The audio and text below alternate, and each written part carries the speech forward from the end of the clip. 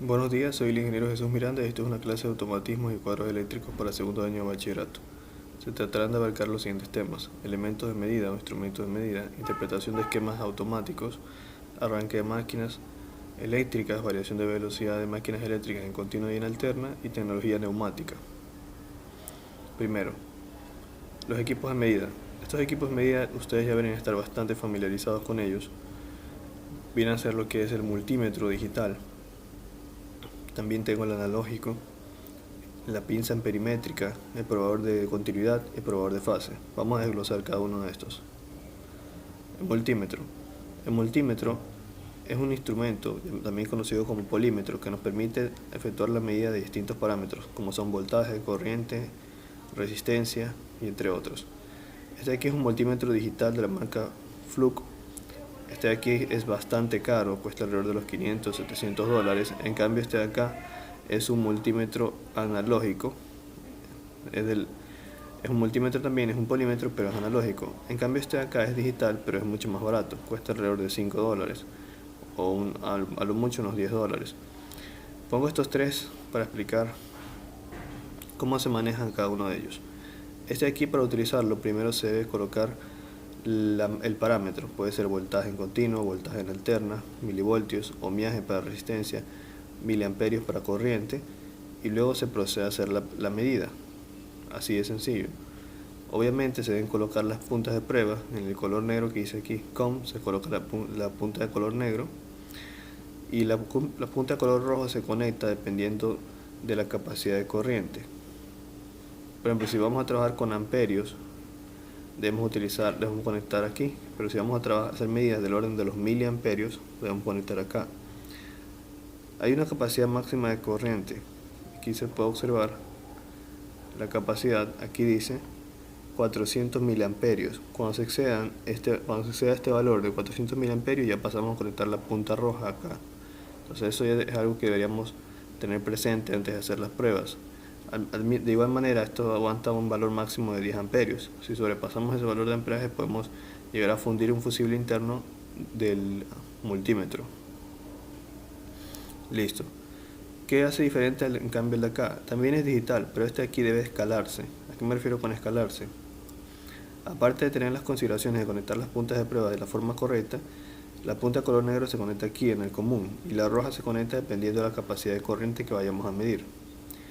A lo que me refiero con escalar es a lo siguiente: si voy a medir, por ejemplo, unos 20 voltios, lo correcto es ponerlo aquí donde dice 20 voltios en continua. No voy a ponerlo en 200 milivoltios porque esta escala está por debajo de mi valor de medida. Si voy a medir un voltaje alrededor de los 120 voltios de corriente alterna, debo colocarlo acá en 750 o 200. ¿Sí? Si voy a medir un voltaje en continua de alrededor de los 300 voltios, debo ponerlo acá en 1000 voltios, no en 200 porque está por debajo, mucho menos en estas otras escalas más pequeñas. Si uno se equivoca en la escala, probablemente el multímetro puede llegar a dañarse.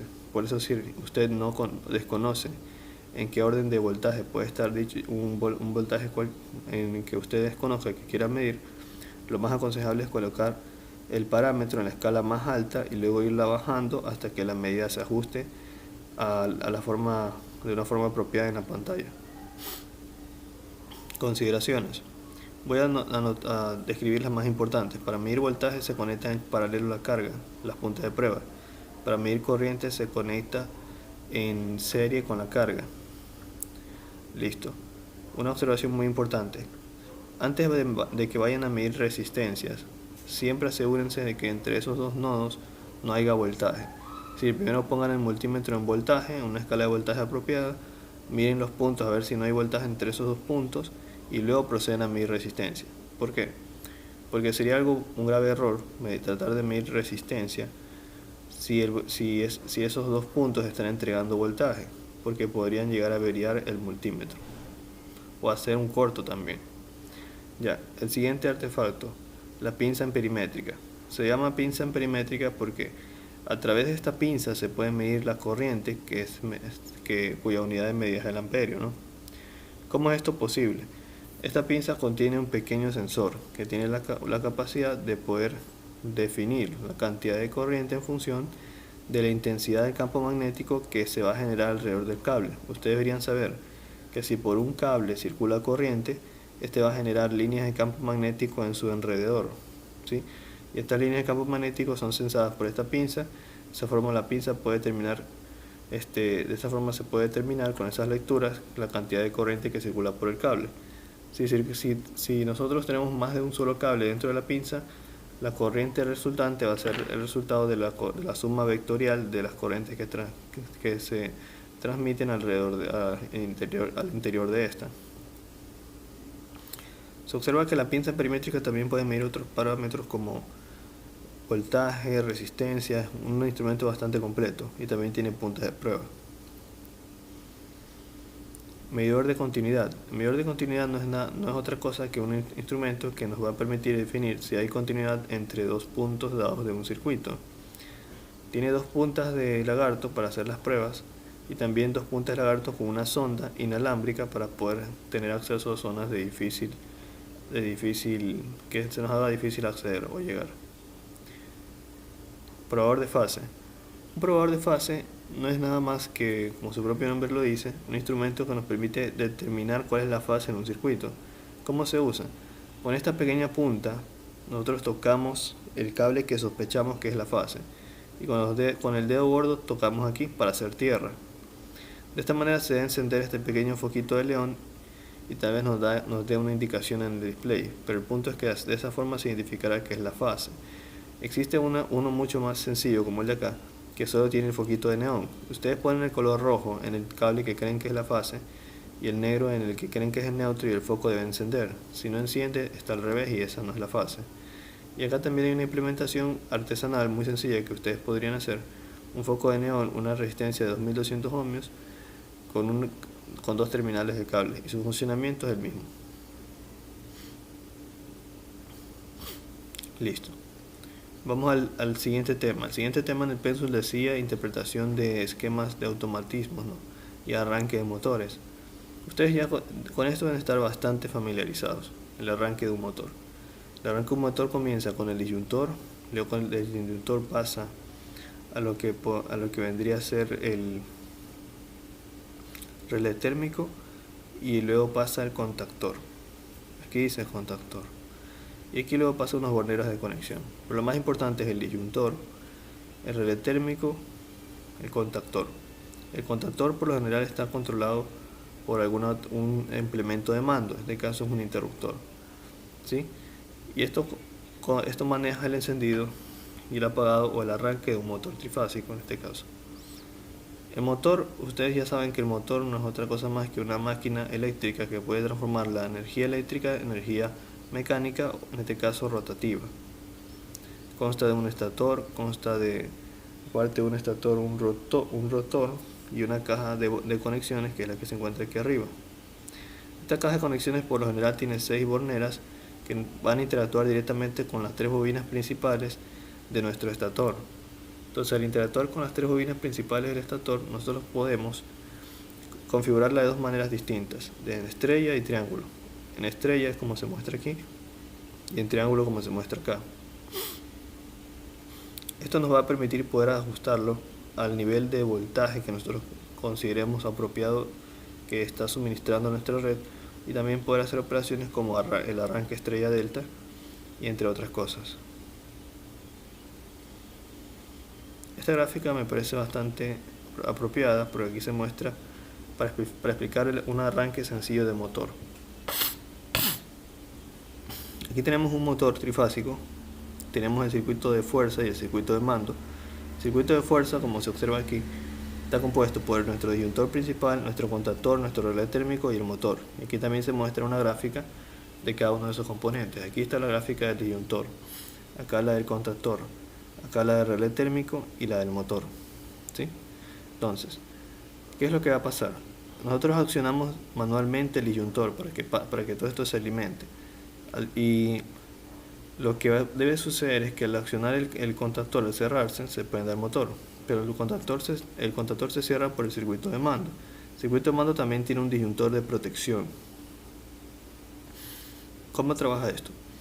Aquí tenemos un pulsador de start para comenzar el arranque del motor. Si yo presiono aquí, perdón, es el de acá, si yo presiono aquí S1, se cierra este circuito y como todo esto está cerrado, ¿verdad? Se alimenta la bobina KM1. Al alimentarse la bobina KM1 se cierra KM1 y se cierra el contactor y se enciende el motor. También se va a cerrar este contactor auxiliar de acá que va a permitir que se encienda esta luz verde, esta lámpara verde para indicar que el motor está encendido. Pero si se abre el disyuntor, se apaga el motor. Si se abre este disyuntor, se desenergiza todo esto y se apaga KM1 y se apaga el motor también. Si el relé térmico se acciona, este mandaría a abrir estos contactores, el normalmente cerrado de aquí y el normalmente abierto. Si se abre el normalmente cerrado de aquí, se desenergiza toda esta línea apagándome KM1 y de esa forma me abre KM1 y me abre KM1 de acá y se apaga el motor. Y cerrando este de acá se enciende la lámpara roja indicando que el motor está apagado. Y así es como funciona. Este es un esquema de arranque directo. No lo explico más a fondo porque yo ya he hecho simulaciones en clases anteriores de arranque directo, inverso y estrella delta también lo he enseñado, si no me equivoco. ¿Sí? Así que creo que esto está de más. Pero bueno. Ahora sí, algo nuevo.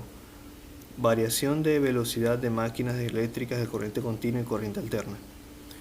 Primero, control de velocidad por señal PWM de motor de corriente continua. Señal PWM. Vamos a tratar de comprender esto, así lo vamos a enseñar un poco más a fondo. Entre los métodos más habituales para regular la velocidad en un motor de corriente continua, el más extendido por su fiabilidad y sencillez es el de modulación de ancho de pulso, PWM. Esta técnica consiste en trabajar con una señal digital cuadrada, en la cual podemos variar el ciclo de trabajo sin variar la frecuencia. El ciclo de trabajo describe la cantidad de tiempo que la señal está en un estado lógico alto, como un porcentaje del tiempo total que éste toma para completar un ciclo completo. La frecuencia determina con qué rapidez se completa un ciclo y por lo tanto con qué velocidad se cambia entre los estados lógicos alto y bajo. Al modificar una señal de estado alto o bajo en un espacio temporal reducido y con un cierto ciclo de trabajo, la salida parecerá comportarse como una señal analógica constante cuando está siendo aplicada a algún dispositivo. Ya vamos a comprender a profundidad esto. Aquí tenemos una pequeña planta, yo me refiero a planta como todo circuito que controla una carga, en este caso un motor. Este motor se va a encender gracias al control que se va a efectuar a través de un TIP 32. Este es un transistor de corriente de fuerza para arranque de motores. Aquí tenemos un OP-AMP, un amplificador operacional, que lo que va a hacer es recibir una señal a partir de este terminal y tiene un potenciómetro que me va a ayudar a regular la velocidad del motor, porque es un sistema retroalimentado. En este terminal de aquí yo voy a entregar la señal PWM y al entregarla me va a activar, bueno, voy a ingresar por aquí, el OP-AMP la invierte, la convierte de positivo a negativo, me polariza este transistor de fuerza, al polarizarse se conduce la energía negativa por este terminal y se enciende el motor. Pero más allá de eso, yo puedo regular la cantidad de voltaje que le va a caer al motor y con ello la velocidad a partir de cuánto conduzca este transistor, ¿no? De qué tanto esté polarizado.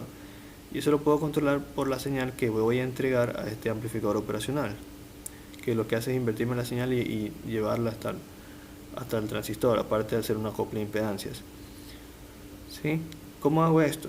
Yo le voy a entregar una PWM. ¿Qué es una PWM? Ya van a ver qué es una PWM, pero en sí es una combinación de altos y bajos que va a tener un periodo y una frecuencia, ¿sí? Y un ancho de pulso. Ya lo vamos a ver con un ejercicio. Hemos simulado esto de aquí. El integrado que se encuentra aquí es el 555. El 555 es capaz de generar una PWM. Ya van a ver a qué me refiero con ello. Esta PWM ingresa por este terminal y según el ancho de la PWM yo voy a poder regular la velocidad del motor. ¿Cómo lo voy a hacer? Con este potenciómetro que se encuentra aquí, yo puedo regular el ancho de pulso de la PWM que genera el 555. Y con eso, y por teoría se sabe que según el ancho de pulso de la PWM va a variar la velocidad del motor. De esa forma tendré un control de la velocidad del motor. Porque el ancho de pulso en sí, bueno, vamos a verificarlo con la simulación para que puedan entenderlo mejor. La pongo a correr la simulación. Esto que ustedes ven ahorita, esa señal rectangular, esto que sube y baja, no es más que esto. Miren, yo aquí tengo un osciloscopio. Este aquí es un osciloscopio. Este osciloscopio viene y se conecta aquí al pin 3 del 555. Significa que yo estoy leyendo lo que está en este pin 3, que no es nada más que la señal PWM que le estoy entregando a este nodo, a este punto, y ingresando al OPAN y activándome el motor. Si ven que el motor ya está girando, ¿ya? ¿Qué es lo que yo quiero que ustedes puedan apreciar? Voy a mover el potenciómetro para que ustedes vean cómo la señal PWM va a cambiar y cómo va a cambiar la velocidad del motor.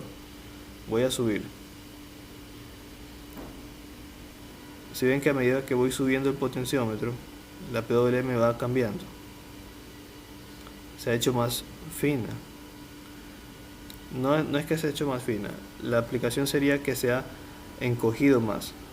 Se han acercado más o se ha hecho más fino lo que vendría a ser el ancho el ancho del pulso, ¿sí?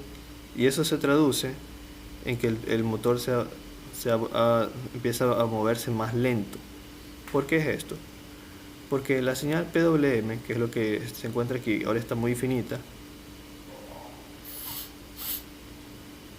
El OPAN la interpreta como una señal analógica, gracias a que lo que el OPAN lee es el valor promedio de esta señal. Entonces, si la señal tiene pulsos muy delgados, su valor promedio va a ser menor. Si el OPAN interpreta un valor promedio menor, va a polarizar menos el transistor de acá y en consecuencia le va a suministrar menos voltaje o corriente al motor y va a ir más despacio. Pero si en cambio yo muevo el potenciómetro, lo muevo y empiezo a efectuar una señal PWM más gruesa, como la que se encuentra ahorita, ya lo he movido y se ha vuelto más gruesa. ¿Qué es lo que yo logro? Yo logro una señal promedio, porque el promedio es el promedio que yo tengo debajo de cada área de cada pulso. Yo tengo una señal promedio más grande. Entonces esa señal promedio más grande se interpreta como mayor voltaje de entrada para el OPAN y una mayor polarización para el transistor de fuerza, de tal manera que entrega más corriente y más voltaje al motor y este puede ir más rápido. Si ven que ahorita va más rápido que antes. De esa forma estoy controlando la velocidad del motor. Este circuito ustedes lo pueden hacer con un 555, un OPAN, puede ser el LM324 o otro de su preferencia, dos baterías para armar la fuente dual y así. Y aquí este LED que está aquí, que está parpadeando, cada parpadeo es un pulso alto y cuando se apaga es un pulso, es la parte baja del pulso. Es para que ustedes puedan monitorearlo, ¿sí? Y eso es un pulso, este es un tren de pulsos. El 555 genera este tren de pulsos, que no es nada más que voltaje alto, bajo, alto, bajo, alto, bajo, a una cierta frecuencia con un cierto periodo, ¿verdad? Y este circuito, el 555, permite generar una PWM variable en función de la resistencia que tenga este potenciómetro. Yo voy moviendo el potenciómetro, regulo el ancho de pulso y con eso, al mandarlo al OPAN, como el OPAN lo interpreta como una señal de voltaje promedio, dependiendo del ancho de pulso, si es más ancho, mayor voltaje promedio, si es más fino, menor voltaje promedio. Y dependiendo de ese voltaje promedio, se polarizará este transistor de aquí de fuerza y de esa manera se alimentará un poco más o menos el motor y empezará a girar más rápido o más despacio, ¿sí? Ya, entonces continuemos entonces con la clase. Ese es un método de regulación de velocidad para un motor de corriente continua, pero enfrasca muchas cosas, porque muchos de los otros métodos que vamos a revisar también van a trabajar con un principio de funcionamiento semejante, sobre todo la parte de variadores. Aquí muestro una gráfica de lo que es el 555 para que se familiaricen con él. Así es el integrado e internamente tiene estas configuraciones. No es el propósito de la clase que lo entiendan ahora, pero sí les recomiendo que si tienen tiempo profundicen de cómo funciona internamente un 555, porque se aprende mucho y se desarrollan muchas destrezas. Por ejemplo, yo puedo ver aquí que tiene dos comparadores, tiene un pequeño transistor, tiene 3 resistencias de 5 ohmios, por eso se llama 555, para obtener diferentes bifurcaciones, diferentes magnitudes de voltaje para los comparadores, y tiene un pequeño bloque de flip-flop que tiene una salida Q y una salida negada, ¿sí? Todo también está en el flip-flop, ver cómo se comporta, ¿no? Ya, por eso digo, de ser posible que puedan analizar cómo funciona el 555, se los recomiendo. No es necesario que lo analicemos porque ustedes son técnicos, no tienen que llegar tan a fondo, ¿no? Bueno, el siguiente tema es métodos de control, de de motores de corriente continua. Vamos a continuar, pero ahora vamos a enfocarnos ya no en lo anterior. En lo anterior es para un motor de corriente continua pequeñito, que claro se lo puede escalar a algo más grande. Y lo importante que ustedes se llevan es el fundamento teórico. Pero ahorita vamos con motores más colosales, por así decirlo, más robustos. Primero, control de resistencia de armadura del motor de corriente continua. Bueno, ustedes ven una materia de motores, ustedes ya ven una materia de motores, solo enfocada en motores. Entonces yo asumo que ustedes ya saben lo que es la armadura, lo que es el inducido, lo que es el campo en un motor, cómo se relaciona esto con el estator y el rotor, y que por esa razón ustedes deberían poder interpretar este pequeño esquema. Pero bueno, esta es la parte del rotor. Esta bobina de acá representa la bobina del estator, que también se llama bobina de campo. Y la armadura no es otra cosa más que todo el compendio estructural del rotor, ¿sí? ¿Cómo se está efectuando aquí el control de velocidad de este motor de corriente continua? El diagrama de conexión de un motor de derivación del método de control de resistencia de armadura se muestra a continuación. Aquí yo tengo un potenciómetro, pero no es un potenciómetro como tal. Aquí dice RE, es un reóstato. Un reóstato ya es un potenciómetro industrial, es mucho más grande para poder controlar este tipo de cargas, que son motores grandes, no son motores pequeños. Ya, ¿qué es lo que yo hago? Al tener esta configuración, yo voy a poder variar ¿qué? La corriente que circula a través de la armadura, todo lo que vendría a ser el rotor. Al variar ese valor de corriente, porque en el campo yo no estoy variando nada, esto está polarizado directamente, ¿sí ven? Al variar la corriente de armadura yo voy a poder tener un control de la velocidad. Entonces un primer método de control de velocidad de un motor de corriente continua, aquí yo puedo observar que estoy variando la corriente de la armadura o lo que vendría a ser del rotor. Acá tengo otro método más. Este método es igual al que es parecido al anterior, solo que en este caso es una conexión serie, porque el reóstato está conectado en serie con la bobina de campo y está conectado en serie con lo que vendría a ser la armadura. Y el propósito es el mismo. El propósito es que al yo mover el reóstato voy a poder manipular la cantidad de corriente que circula alrededor de toda la circuitería, y de esa forma poder manipular la velocidad del motor. Método de control de flujo de campo y motor de corriente continua. En este caso se deben dar cuenta que el reóstato o el potenciómetro no se encuentra ni en la armadura ni se encuentra en serie como anteriormente, sino que se encuentra conectado con lo que vendría a ser la bobina de campo. Quiere decir que yo estoy manipulando, en este caso, lo que vendría a ser el flujo del motor, el flujo electromagnético, lo que vendría a ser la corriente que circula por la bobina de campo, que es la del estator, y siempre que yo juegue con estos parámetros, obviamente voy a poder manipular la velocidad del motor. Mediante el uso de un desviador. En este caso aquí nosotros podemos observar que hay un reóstato que está conectado en paralelo a la bobina de campo. Entonces obviamente si yo conecto en paralelo, si la bobina de campo, yo estoy bifurcando algo de corriente. Ya no toda la corriente va a circular por la bobina de campo, sino que hay parte de corriente que se va a ir por el reóstato. Al quitarle, por así decirlo, corriente a la bobina de campo, afecto el campo magnético y de tal manera también logro variar la velocidad. Ya, esta diapositiva aquí la coloco, la pongo por conocimiento general, lo que es el esquema del arranque estrella delta de un motor, pero esto ustedes ya lo saben porque ya lo analizamos. En una clase solo dedicamos una clase para arranque estrella delta, pero bueno, una explicación breve sería la siguiente. Tenemos un motor que en este caso tiene sus respectivas 6 borneras que relacionan las bobinas del estator. ¿Qué es lo que se hace?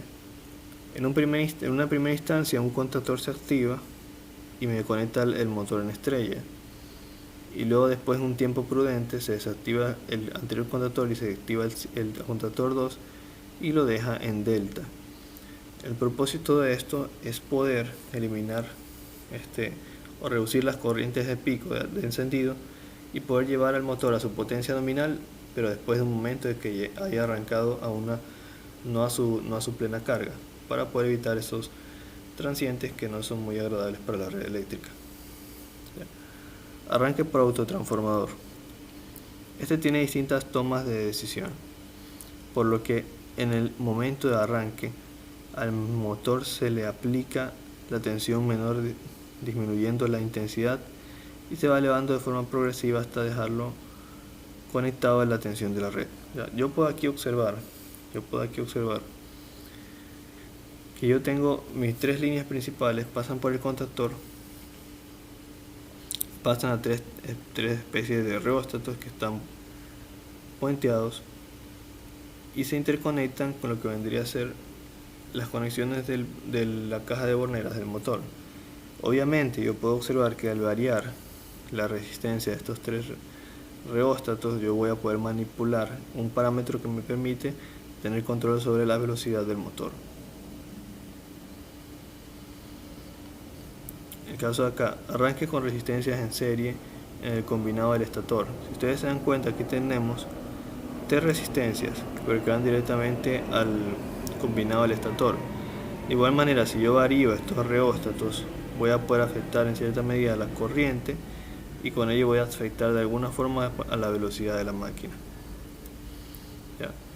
Vamos con algo más novedoso, variadores de velocidad.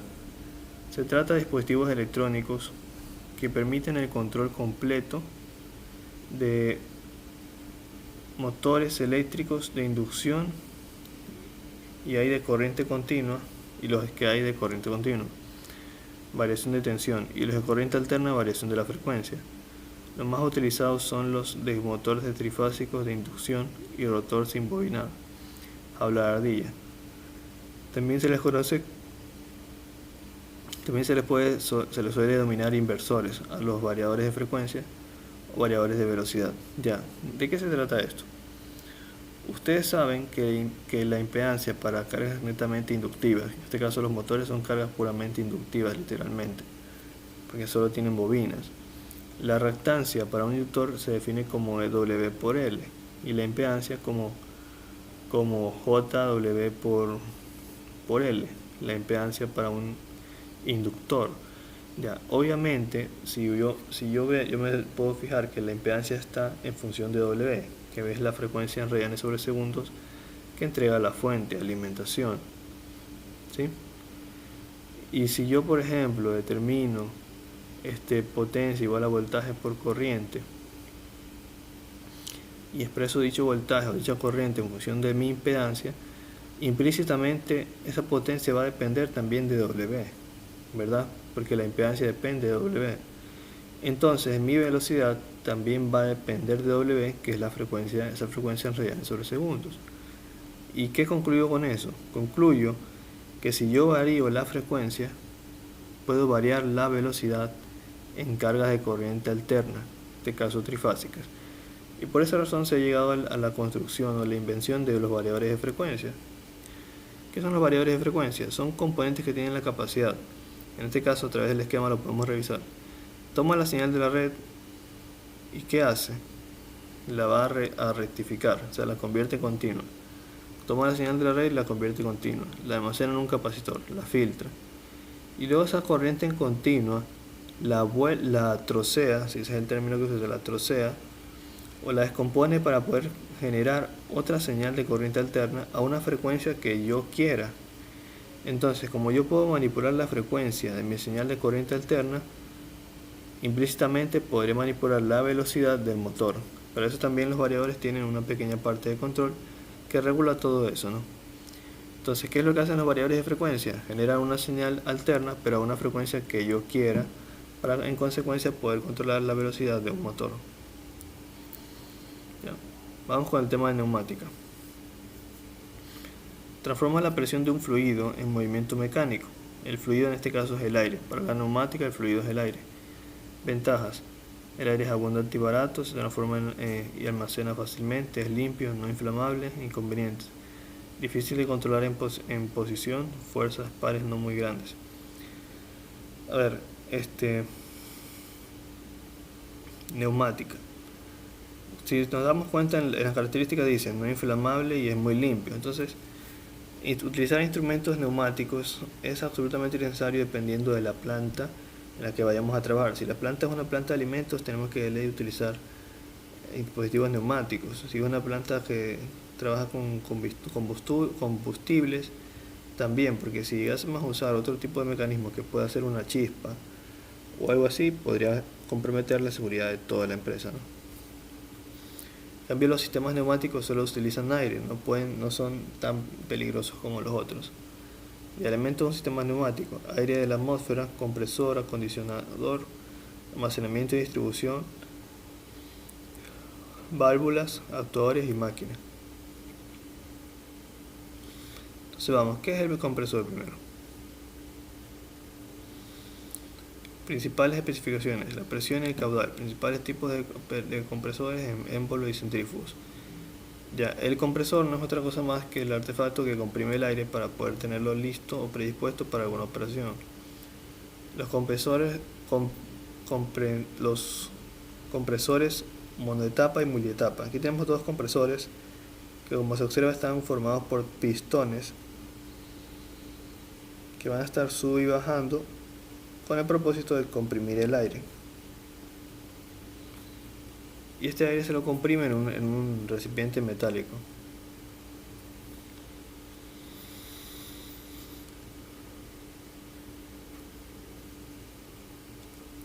Acá tenemos un ejemplo de un compresor centrífugo. Utilizan un eje con palas o álabes para impulsar y comprimir el fluido. Almacenado. Se usan depósitos de aire comprimido para almacenar el aire comprimido, compensar las fluctuaciones de producción y consumo. Elementos neumáticos finales: válvulas, cilindros, motores, elementos auxiliares.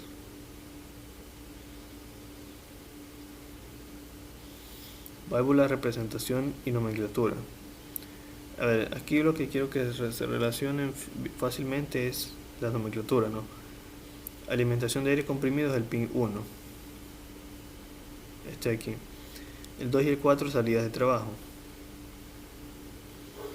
El 3 y el 5, etapa de escape de aire.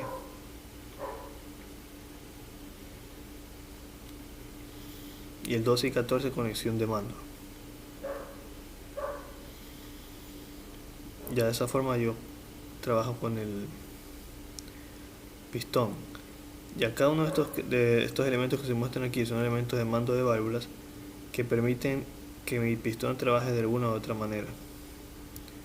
Y por último, los cilindros. Bueno, no por último. Los cilindros ya vendrían a ser los actuadores finales. En este caso, los cilindros aquí se activan por presiones de aire para que salgan o entren según la programación. El mando de cilindro. Ya, todo esto que se encuentra aquí, elementos de mando de válvulas, llevan a ver dónde se acoplan. Mando de cilindros. Cilindros de simple efecto. Aquí tenemos un cilindro de simple efecto. Acá tenemos un cilindro Cilindros de doble efecto.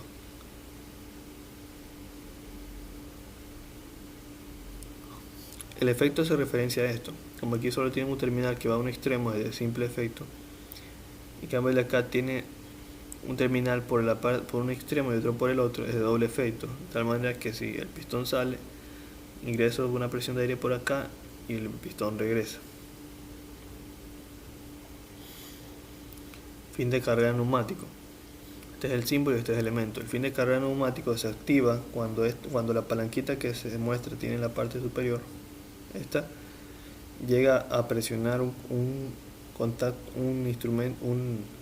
pieza mecánica de más acá, de esa forma detecta que se ha llegado hasta el final, o a un intruso o algo así. ¿Sí? Ya, esta sería toda la clase por hoy. Mucho gusto.